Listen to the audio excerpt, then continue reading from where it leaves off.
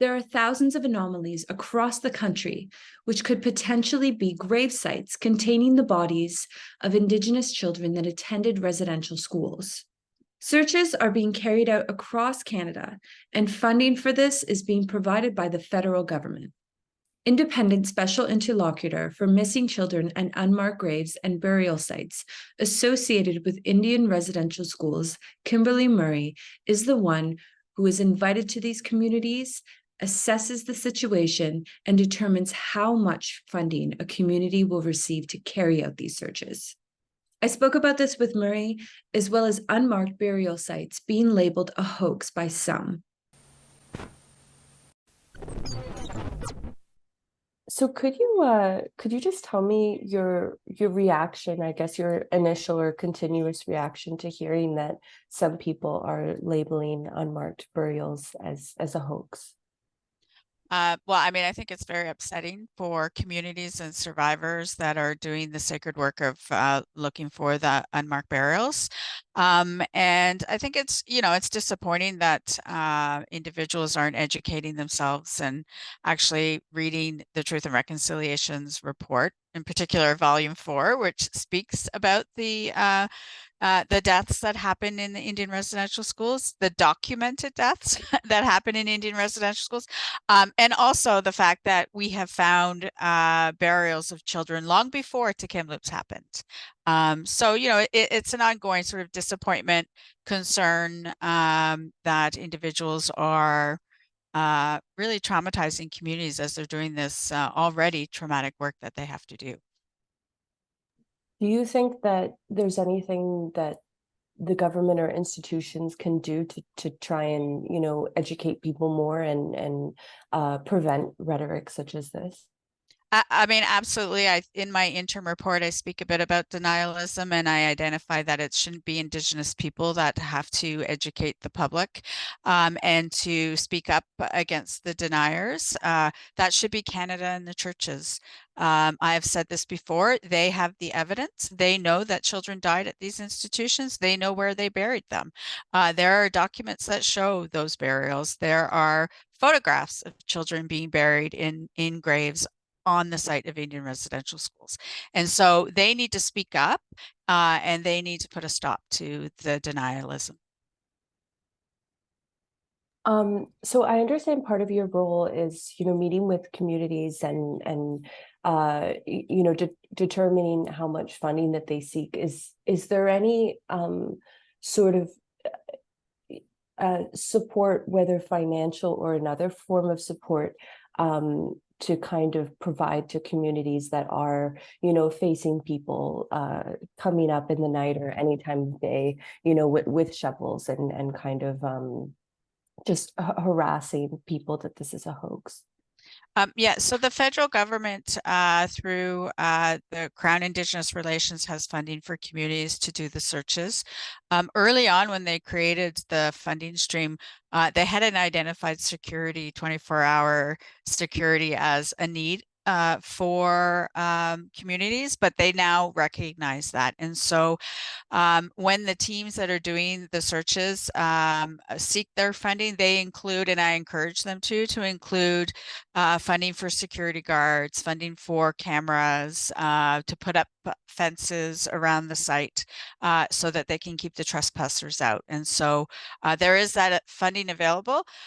It is only available for searches of former Indian residential school grounds of those institutions recognized under the Indian Residential School Settlement Agreement. So that's a bit of a problem because there are other sites that need to be searched and are being searched, but the funding isn't being provided through the federal government. Would you be willing to clarify what other sites that this doesn't include? Absolutely. So there's a number of institutions that Métis children were taken to, and they're not recognized under the settlement agreement that was entered into many years ago. So Métis communities for example, La Crosse is an institution that has a burial ground and needs to be searched, and the federal government won't fund that.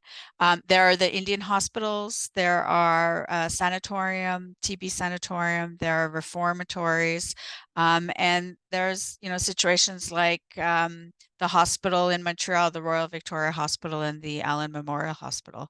That funding is being provided, but that's through litigation.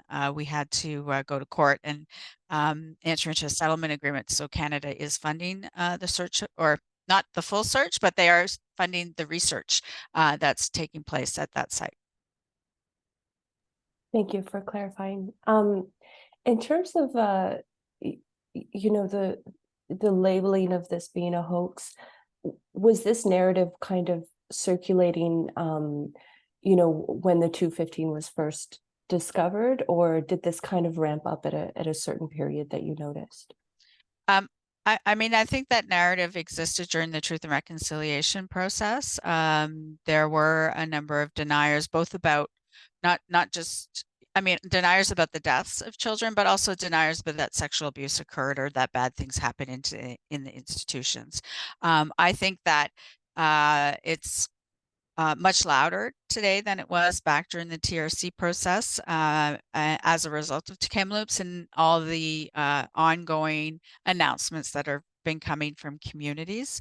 And it seems to be a growing group of Canadians that are, misspeaking and saying these falsities around, the fact that they're saying that no deaths occurred.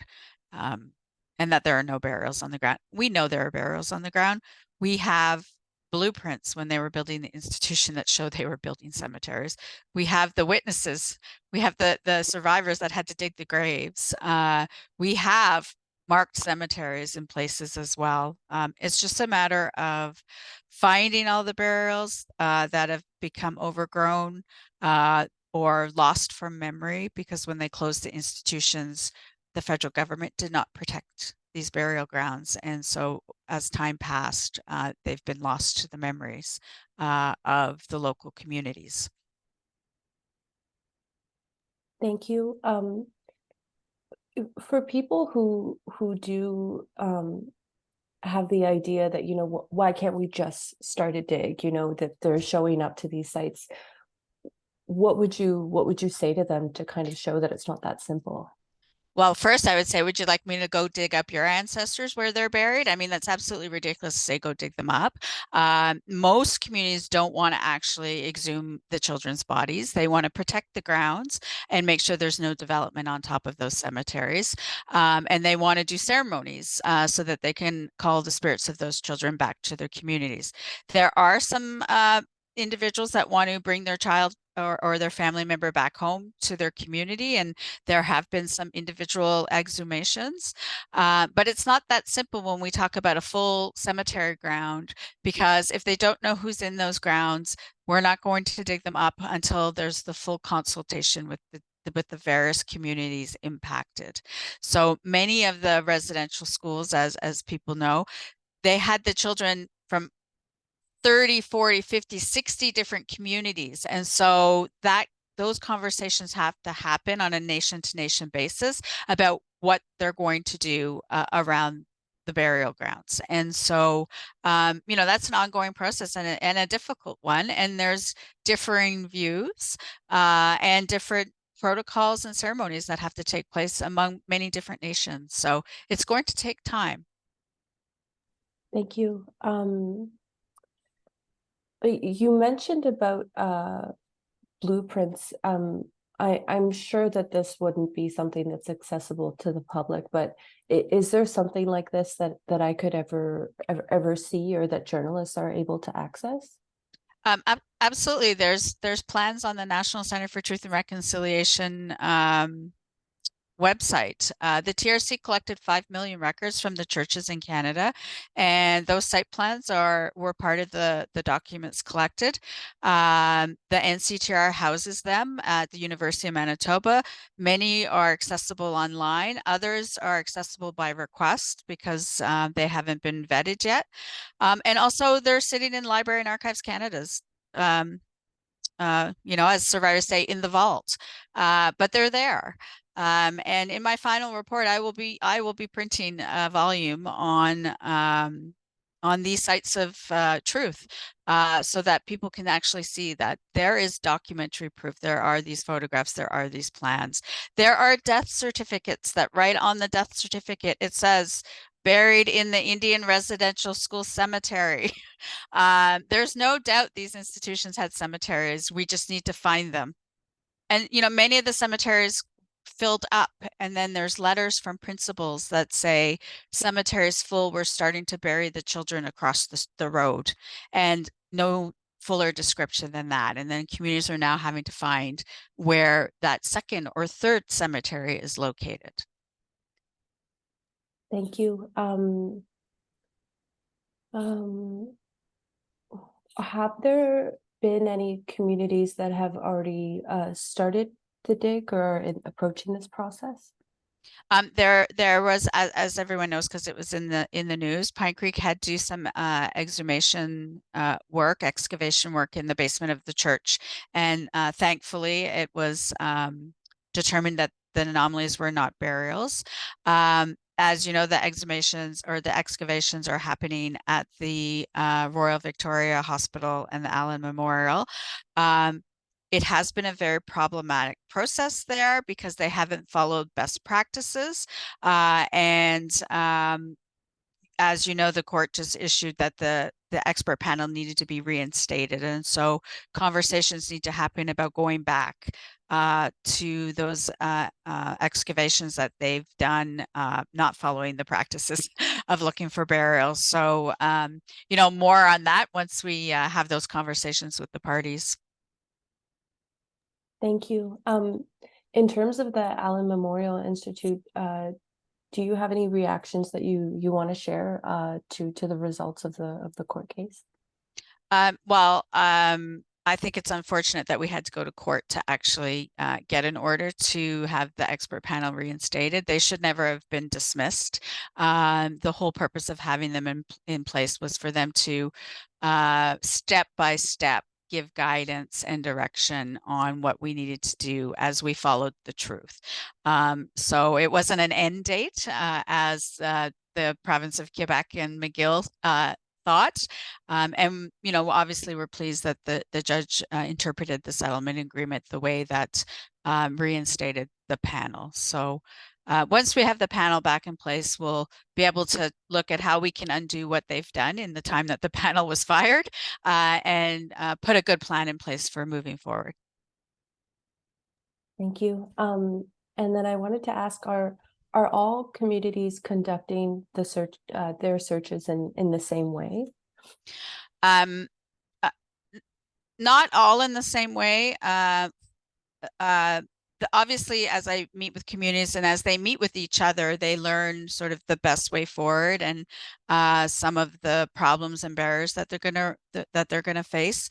But the Canadian Archaeological Association has developed some best practices, and communities are following those. And they really include overlaying the different techniques and methods. So it's not just ground penetrating radar.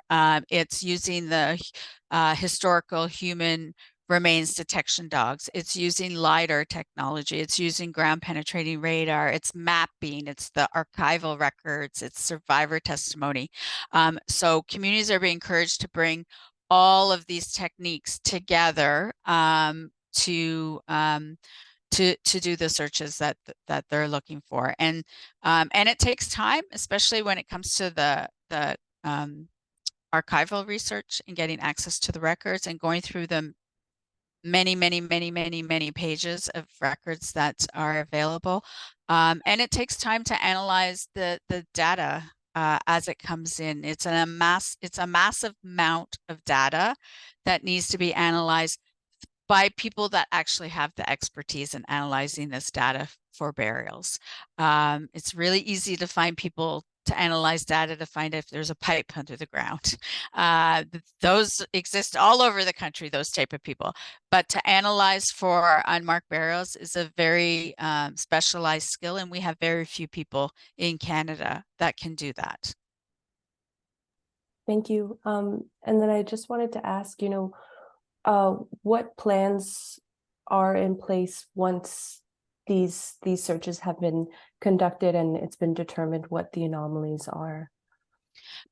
Well, I mean, as I said earlier, the communities are having to make those plans together from the various, 30, 40, 50 communities that are impacted. Discussions around memorializing, commemorating, putting up the plaques, getting the fences, having the grounds declared heritage sites or to get the protection that they need.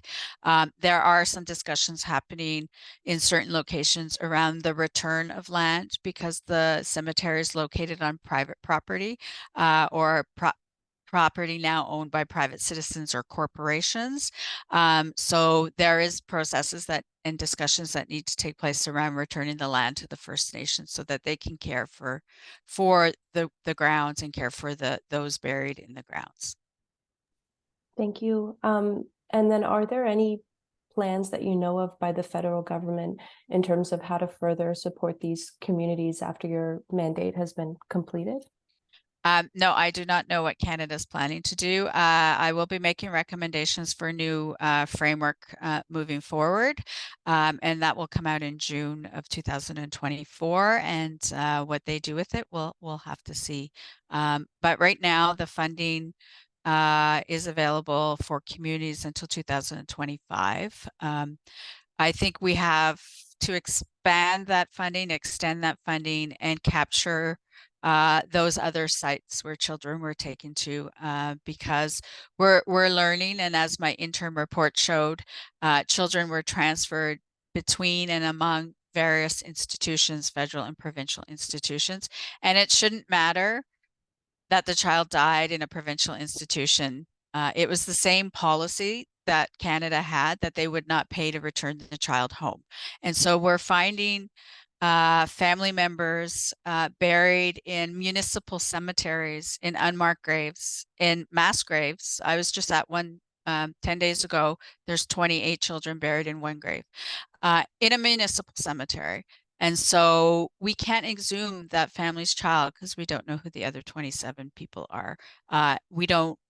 We would have to find all 27 families and get consent to do DNA testing. So it's a long, slow process. And there are Indigenous children buried all over Turtle Island in various different locations and situations. It's not it's not the same everywhere we go. And then I know this is something you wouldn't have just by hand, but is there any way that I could access maybe a list of like which communities have funding and how much? Is that possible? You'd have to go through the Crown Indigenous Relations Department and ask them if they would make it public. I don't know if it's public, but they do have a list. Could, I guess, tip it. Okay. But I don't know if they post it on their website anywhere, but they do maintain a list. There's over right now. There's over 120 communities being funded. Communities or organizations or survivor groups. They're all different types of entities. Some of the funding is going to First Nations. Some of it's going to, for example, the Survivor Secretariat at the Mohawk Institute. Some of it's going to tribal councils. Communities and survivors have organized themselves in different ways around the country. Perfect. Thank you. Is there anything that I didn't ask that you would like people to know around this subject? I just, the one thing is that I think it's really important and that we have a need to amend our criminal code to make it a criminal act to incite hate against Indian residential school survivors or to misstate and downplay what happened in Indian residential schools. We did it for Holocaust, for the Holocaust, and we have a need to do it for Indian residential schools. And I would also say we have a need, and the TRC said this, we have a need to create historically literate citizens, meaning we need to have more public education, and media helps in that regard, but also the provincial education systems. Not all the provinces have mandatory curriculum around Indian residential schools, and we need to continue to fight for that, to increase public education, and then also to criminalize inciting hate.